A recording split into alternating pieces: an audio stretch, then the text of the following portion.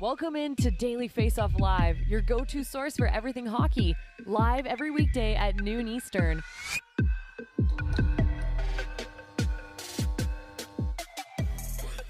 What's up, everybody? Welcome in to Daily Faceoff Live. It's a Wednesday, October 19th edition of Daily Faceoff Live, streaming on Twitter, YouTube, as well as, of course, dailyfaceoff.com.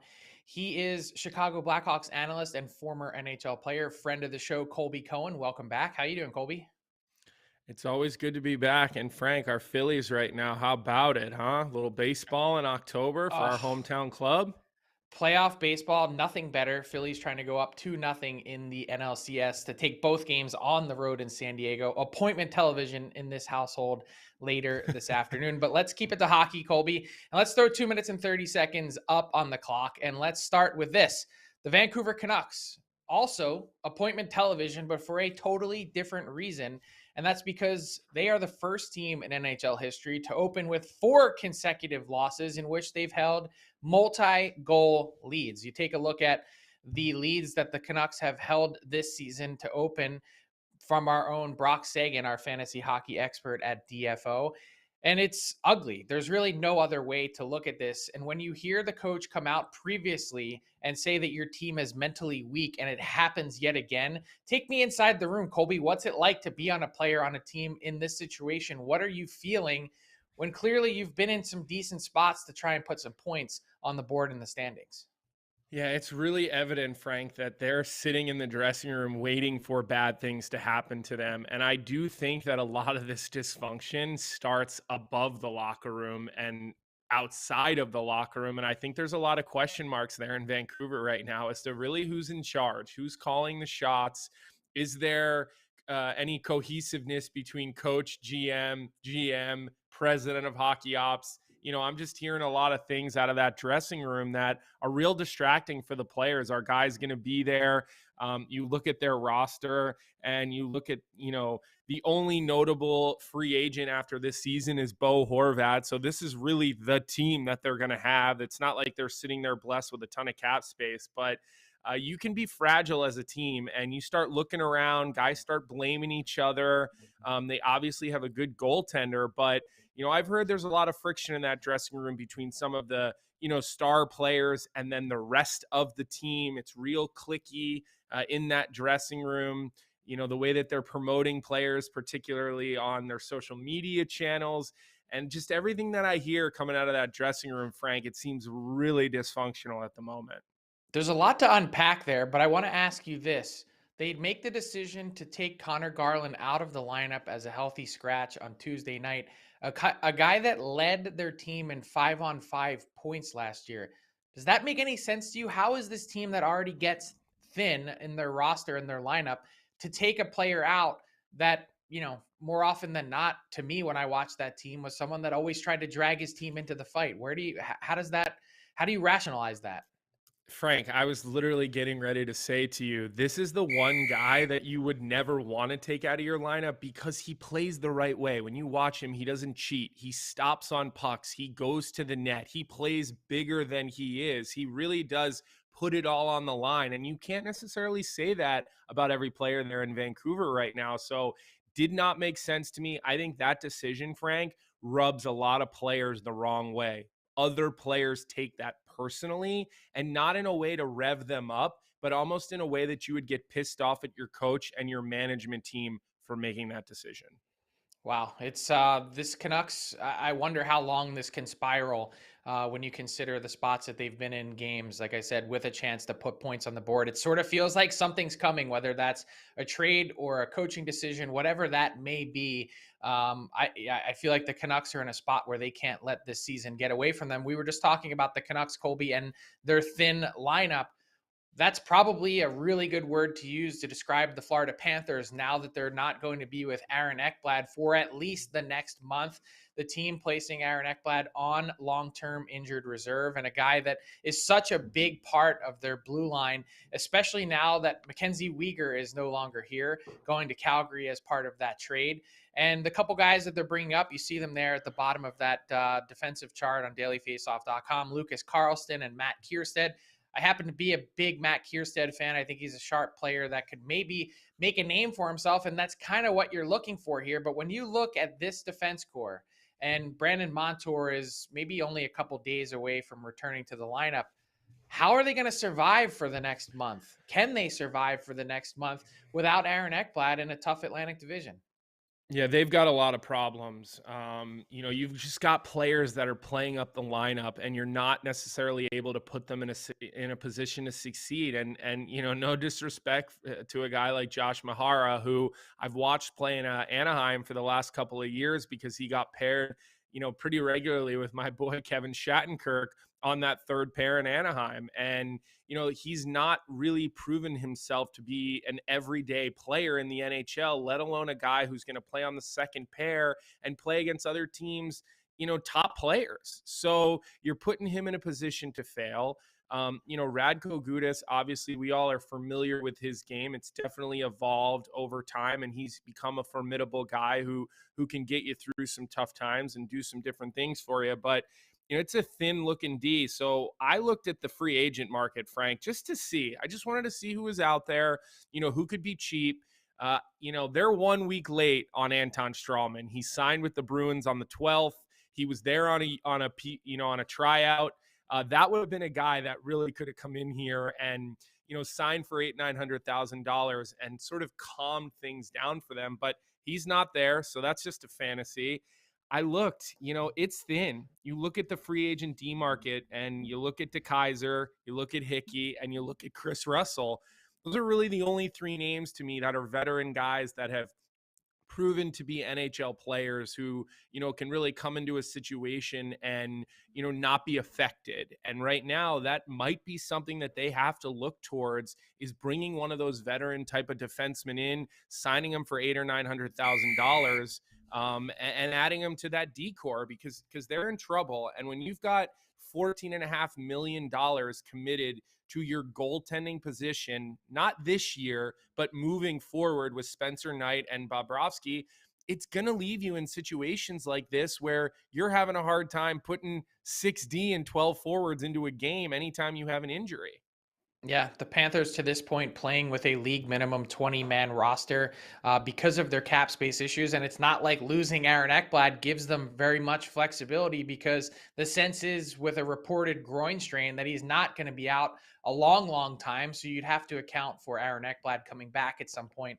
Certainly a tough spot for the Panthers to be in at this point so early in the season. And the fans already clamoring on social media. This is why you needed to keep Mackenzie Weegar. So let's cross Alligator Alley and let's talk about Steven Stamkos and the Tampa Bay Lightning. The Lightning lose to the Philadelphia Flyers on Tuesday night, but Stamkos red hot. He's got a 4-game goal streak to start the season. Your league leader in goals with 6 in 4 games. And when you look at Steven Stamkos and the year that he's already putting together to start, 6 goals, as I mentioned, he had 42 last year. It's sort of bounce back season, taking father time and throwing that clock out the window. 106 points last year. And I think maybe that season certainly wasn't overlooked, but when you look at some of the other stars that Tampa has, you're saying, well, I don't even know that you need Stamkos to do that again, but if he can do it again, and it seems like he certainly may be able to, what kind of shot in the arm does it give the Tampa Bay Lightning? How dangerous does it make them? And what do you make of Steven Stamkos and his resurgence? Obviously has always been a really good hockey player, but has struggled with injuries throughout his career to the point where you wondered if he could ever get back to this level again, yet alone string it together for 2 seasons in a row.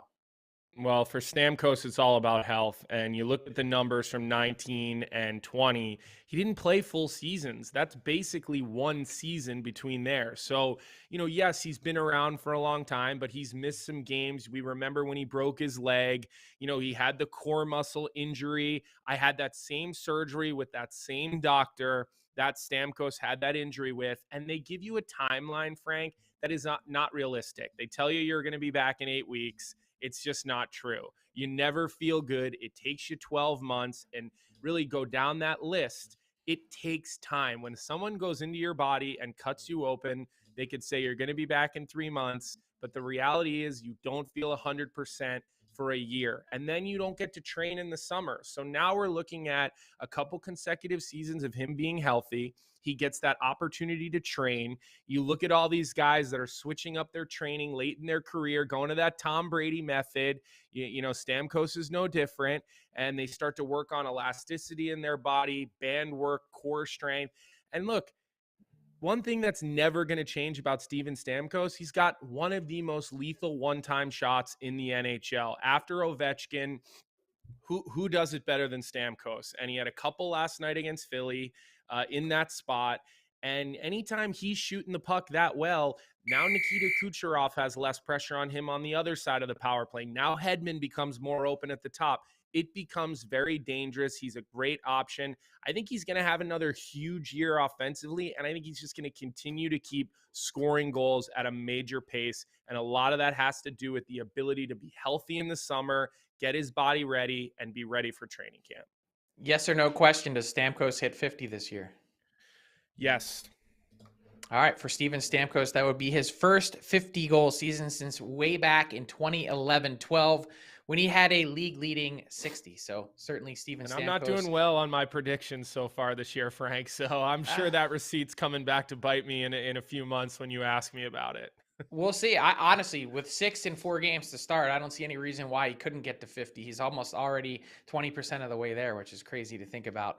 Let's talk about the salary cap and some news out of the NHL's Board of Governors meeting, which I attended yesterday in New York City. And a bit of a surprise because the NHL has always been bullish on their revenue projections, but this was some major news that perhaps didn't get enough attention around the league when NHL Commissioner Gary Bettman delivered it, in that they were hoping that this $1.1 billion escrow debt from players to owners would be repaid initially by 2025. Then it was 2024. And now for the first time, the commissioner saying on Tuesday in New York that it could be repaid at the end of this season in 2023, which would allow the salary cap to go up by Bettman's estimation of somewhere between $4 and $4.5 million.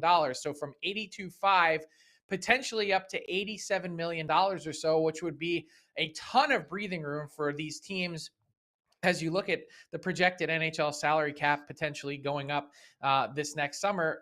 Breathing room for teams that 18 of them are basically within a couple $100,000 of the upper limit at this exact moment.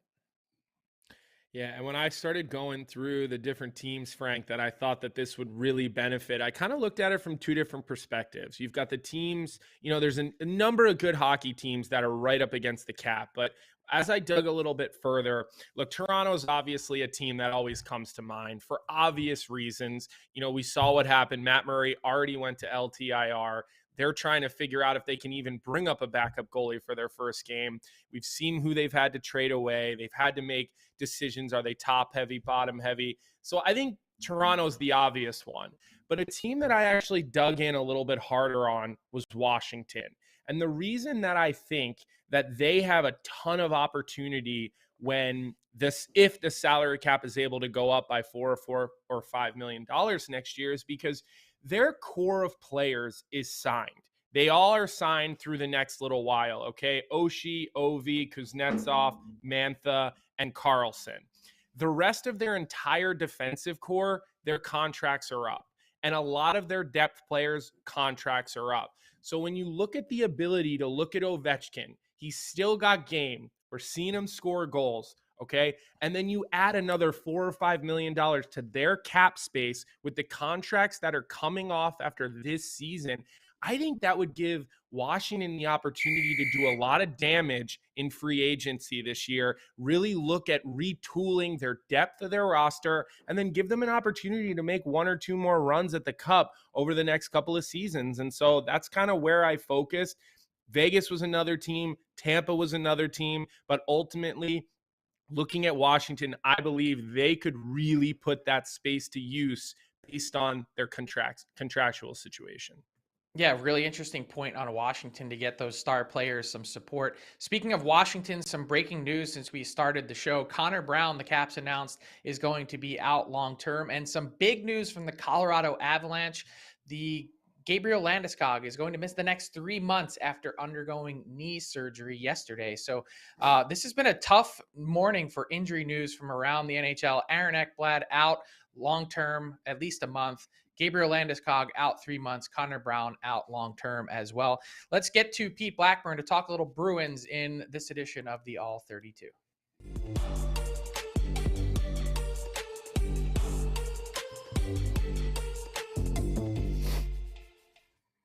Pleased to welcome back to Daily Faceoff Live, Pete Blackburn, Bruins fanatic and expert. And this is the All 32 delivered by DoorDash. You know Pete from Bally Sports and ballysports.com. Pete, how you doing? And wanted to talk Bruins, this impressive start to the year. I think everyone was saying, how could this team hang on for long enough to get some of their star players back? Charlie McAvoy, Brad Marchand, go down the list. We know that they're banged up to start, but that seems like no problem for this team so far. How are they getting it done? By scoring a ton of goals. I mean, averaging over 5 goals per game and being the top offensive team in the league through their first handful of games, pretty good. It's probably the antithesis of the Bruins that we've come to know and love over the past decade or so. Usually they win with defense. Their scoring usually only comes from the top line or the top 6 when David Krejci's involved. They're getting contributions up and down the lineup, but the problem is that they're just not playing any defense, and the goaltending has been okay so far, and they're just outscoring their problems. And kind of as we saw with the Florida Panthers and a lot of other teams in years past, you can outscore your problems only for so long, and then when it comes to the playoffs, that can be an issue. So I would like to see them tighten it up. The scoring's great, but you have to play defense in this league to win and find sustained success. So hopefully once Brad Marchand and Charlie McAvoy and Matt Grzelcyk are reinserted into the fold, that those problems will sort of become mitigated or, less obvious. But, I'm encouraged by what I've seen so far offensively. They do need to kind of tighten it up on the back end. Pete, you've been around this team for quite some years, and I've fortunately got to spend quite a bit of time around this team, throughout my playing career, specifically with Bruce Cassidy. 4 years playing for him, at the various levels. I know how he is on the bench. I know how guys react to him. What have you seen the biggest difference in the group today from the players that were under Bruce Cassidy that, maybe isn't something that is talked about or people can really see with their naked eye that, with the access you're given, you're able to kind of weed your way through?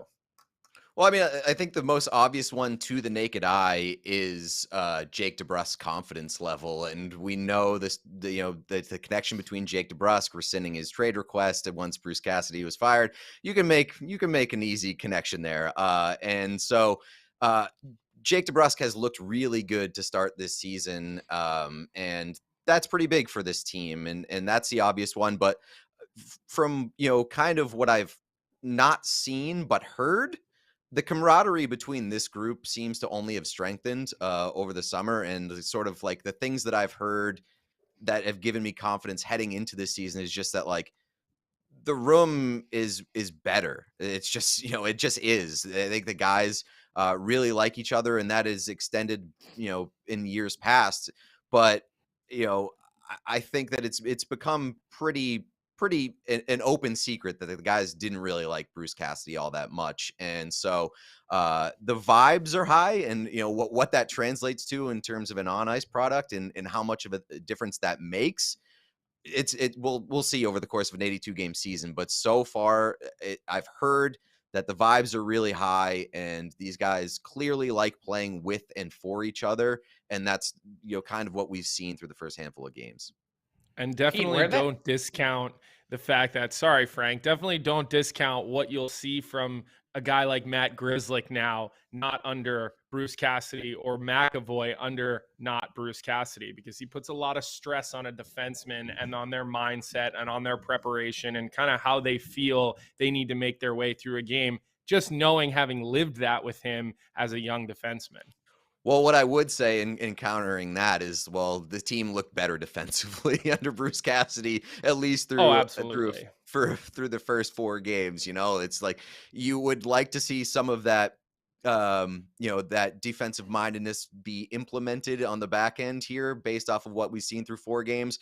But, again, it's only 4 games. There's time to figure it out. The best players are not on the ice just yet. So no panicking. But again, you do make a good point that like once the chains are taken off a little bit, and they're playing smart, but also playing a little bit more freely. That's when you could see guys like Grzelcyk really start to thrive.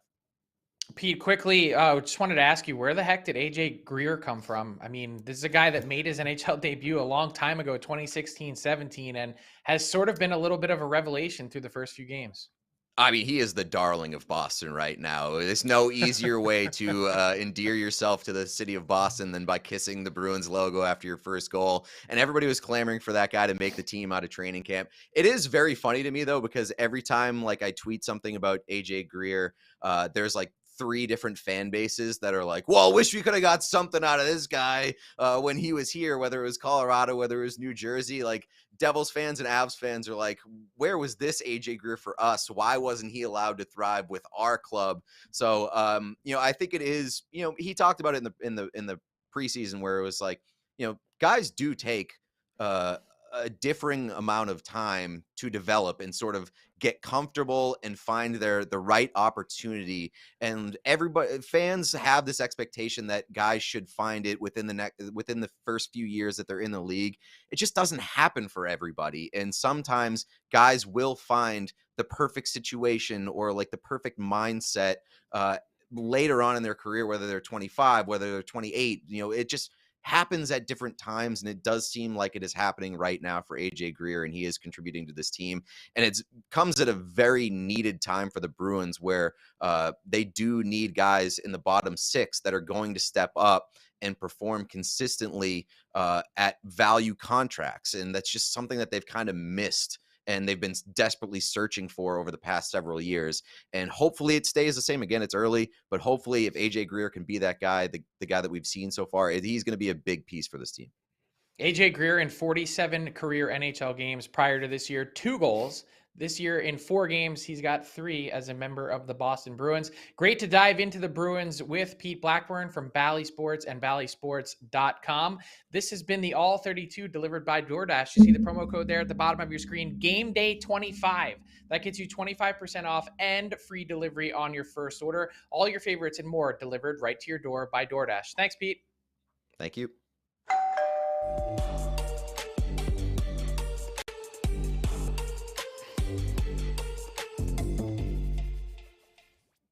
All right, Colby, it's time for our daily face-off inbox question of the day. And it's a pretty fun one because you look at Arbor Jacki from the Montreal Canadiens and you look at how his last name is spelled and you're like, how is that possible? Well, it turns out his nickname among the team is Wi-Fi because his last name is spelled like one of those Wi-Fi codes that you would see randomly generated somewhere. He'd probably be good at Password would also be another good nickname. But was there a player that you played with at some point in your career that had an underrated nickname or an awesome story behind a nickname? Yeah, so I got to go back to college. When I was playing at Boston University, one of my classmates, his name was Joe Pereira, and he's actually the associate head coach for the Boston University Terriers right now. So he might get a little upset that I'm telling this story, but that's all right because it was a good one. So Jack Parker named him the Bulldog because he came in as a freshman. He wore Jack Parker's number, wasn't a skilled player whatsoever. Our whole class was full scholarship guys, skilled power play type of players. We were all drafted in the first, second round, Bonino, Wilson, Shat. I mean, it was a good class. And then we had Joe. Joe was the heart and soul guy. He wasn't really in the lineup as a freshman. So Jack named him the Bulldog because he said, if you want to play for BU, you're going to have to play like a Bulldog. Well, fast forward about, halfway through the season, and Matt Gilroy, who was one of our captain, you probably remember the name, he played for the Rangers and a couple of other teams, got really upset at Joe during a Beanpot game because he made a soft play at the red line. He came back to the bench and Gilroy screamed from the defensive end of the bench down to Joe, you're not playing like a Bulldog, you're playing like a bleeping bullfrog. And so the rest of our time at BU for the next 3 years, everybody took Joe's name, the Bulldog, and started calling him the Bullfrog. And to this day, when we see Joe, we have to make fun of him and call him the bullfrog. So that was a funny one that stuck out to me. Not as creative as Wi-Fi, but there was good meaning behind it. And it's definitely something that stuck with him. He went on to be a captain at BU. He's one of the coaches at BU now. So good for him for making the best of it.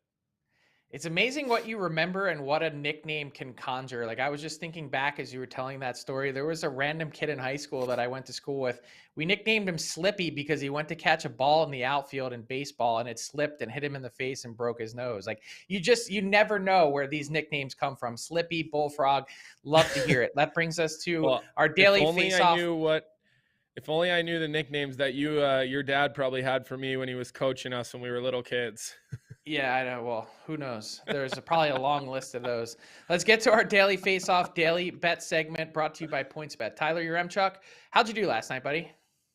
Boom, perfect 3 for 3 after a rough stretch where I went 1 for 10. Bounced back, got back in the win column, was perfect last night. So looking to keep that momentum rolling tonight. It's a short slate in the NHL, so let's dig into it courtesy of our friends over at PointsBet Canada, starting with a little overaction between the Flyers and the Panthers. The Panthers have seen the over cash in 2 of their 3 games so far this season. For the Flyers, it's only hit in 1 of 3, but they're playing on back-to-backs, won't have Carter Hart between the pipes, and, no Aaron Ekblad for the Panthers either. Maybe that defense is turning over a few more pucks. I think the recipe's here for this game to go over 6.5 goals at -110. My first player prop of the day is the Nathan MacKinnon assist prop, -135. I think this isn't set right. So far this season, he had 2 assists in the opener, 1 assist in the second game, 2 assists in the third game. Right there. He's hit it in 3 in a row. He's easily hit it in a couple of those games as well. So -135 for Nate Mack in the assist column tonight. And finally, wrapping it up with my shot prop of the day, I'm going Kyle Connor over 3.5 shots on goal. He hit it once, missed it by 1 shot in the other game. I like him to go over tonight. It's paying +100. So there we go, Frank. Over 6.5 in Philly and Florida. Nate Mack assist. Kyle Connor over 3.5 shots on goal. Man, drives me wild. Of course, that's the one night you go 3 for 3. I'm not riding with you. I was at Board of Governors. I missed the show. I didn't see the picks. And yeah, my bankroll is also quite low thanks to the little bit of a cold start you had the last few days. Yeah, my bad. Yeah, that happens. It's my fault for not riding with you. I should have been on board. Thanks to Tyler for our PointsBet daily bet segment. That brings us to garbage time. Colby, what have you noticed from around the NHL to start in the first 2 weeks or so? You know what, Frank? It's hard not to give credit where credit's due. And go to Philadelphia, go to South Philly, Broad Street. I'll tell you what, the Flyers look like a different hockey team from last year. And when you look at them play and you watch them, there's going to be half the team that you don't even recognize the last names on the jerseys. I mean, there's some young guys. There's some guys who are kind of resurrected some American League careers. And John Tortorella seems to be the recipe right now. That team is playing hard. I talked to James Van Riemsdyk a little bit about it and asked him what that experience has been like so far. And pleasantly, he has really enjoyed Torts from day one. He said it is refreshing to have a coach that tells you like it is. It's not personal. He treats every player exactly the same. It does not matter who you are. It does not matter how much money you make. You are held to the same standards, player to player. And what that's done, it's put every player on their toes. You watch the way Travis Konechny played last night as compared to how he played all last season, and you can just see there is a fire under the ass of all of these players. Torts really has these guys on the balls of their feet. So I want to give those guys credit. They get out to a 3-0 start to the season. They're down a couple of goals to Tampa Bay last night, which that's not an easy team to come back from. You look at who they have, and sometimes you wonder, do we have enough? And they were on their heels the first half of that game. So give credit where credit's due. I'm not sure how long it's going to last, Frank. I still don't think when things shake out, we're going to be looking at a Philadelphia Flyers team in the playoffs or really even close to the playoffs. But again, I got to give Torts credit. I got to give him credit for the wins, and I got to give him credit for what the guys are saying about how refreshing it is to play for John Tortorella. Surprise, surprise. The Philadelphia Flyers, one of 4 undefeated NHL teams remaining to this point through the first 10 days or so of the season. That'll do it for today's edition of Daily Faceoff Live. Thanks to Pete Blackburn, Colby Cohen, Tyler Uremchuk, and our head of production, Alex Allard. We'll be back right with you on Thursday, 12 noon Eastern. You know where to find us. If you like the show, hit like and subscribe on YouTube. We'll talk to you then. Have a great day, everyone. Thanks for tuning in to Daily Faceoff Live. Make sure you hit the subscribe button to never miss an episode.